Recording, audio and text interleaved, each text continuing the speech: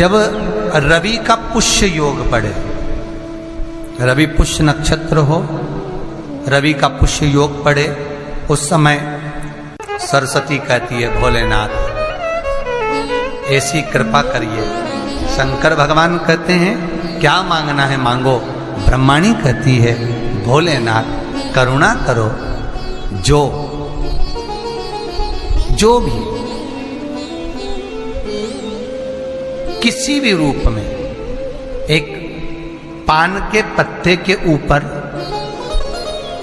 मात्र पान जानते हो, वो खाने वाला जो पान खाता है उसका पत्ता, पान के पत्ते के ऊपर जो चंदन से शंकर के नाम, पार्वती का नाम और ब्रह्माणी सरस्वती का नाम लेकर शिव को समर्पित कर दे, महाराज उसकी भी तिथि बताइए, बड़ी सुंदर है।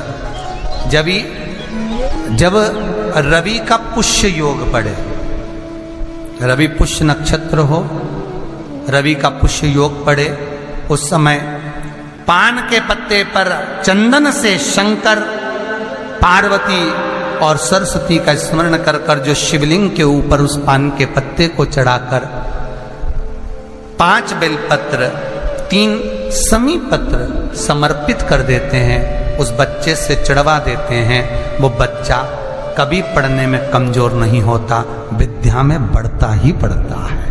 पलटकर माँ बाप को देखना ही नहीं पड़ेगा बच्चे को, कभी भी मां को कहना ही नहीं पड़ेगा कि पढ़ने बैठ, वो खुद पढ़ेगा, रुचि से पढ़ेगा। 5 बेलपत्र 3 समी पत्र समर्पित कर दें, भगवान शंकर का स्मरण करें और उस बच्चे को प्रणाम करवा कर वापिस लेकर आए, बच्चा विद्या में प्रबल होता है, विद्या प्रखर। पुराण की कथा चल रही है जिसमें मधुता का भाव कहा गया। कभी कभी निवेदन करूंगा, एक थोड़ा सा भाव व्यक्त करूंगा।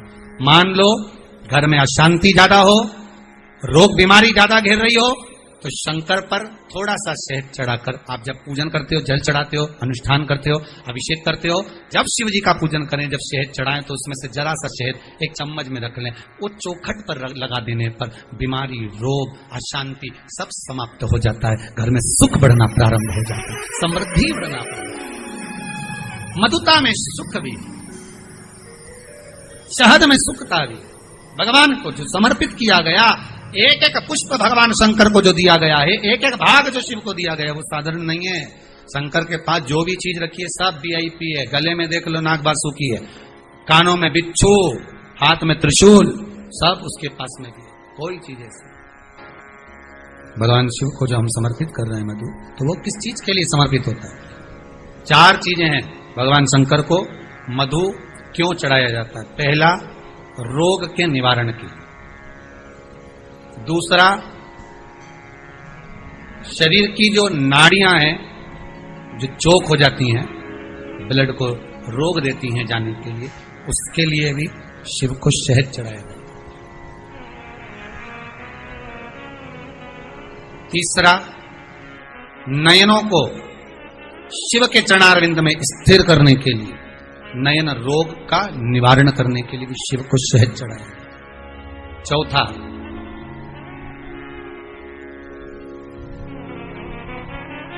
भगवान शंकर छोटे छोटे जीव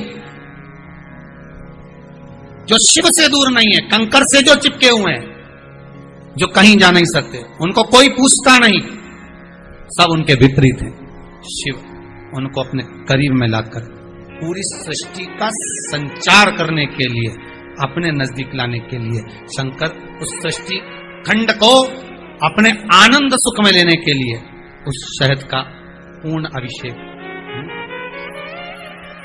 शहद मधु इसलिए संपूर्ण विश्व कल्याण के लिए। अकाल मृत्यु वो मरे जो काम करे चंडाल का, काल उसका क्या बिगाड़े जो भक्त हो महा।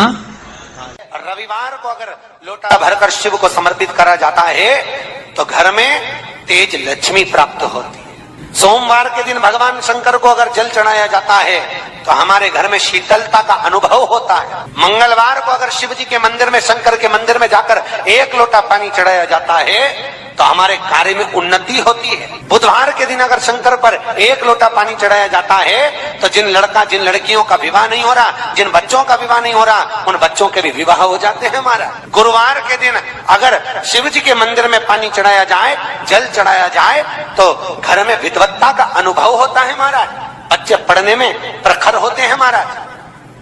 शुक्रवार के दिन अगर शंकर के मंदिर में जल चढ़ाया जाए तो नारी का अखंड सौभाग्य होता है महाराज। शनिवार के दिन अगर शिव की आराधना करी जाए, शनिवार के दिन अगर शंकर को जल चढ़ाया जाए तो जिंदगी में व्यक्ति की शिव पंचायत में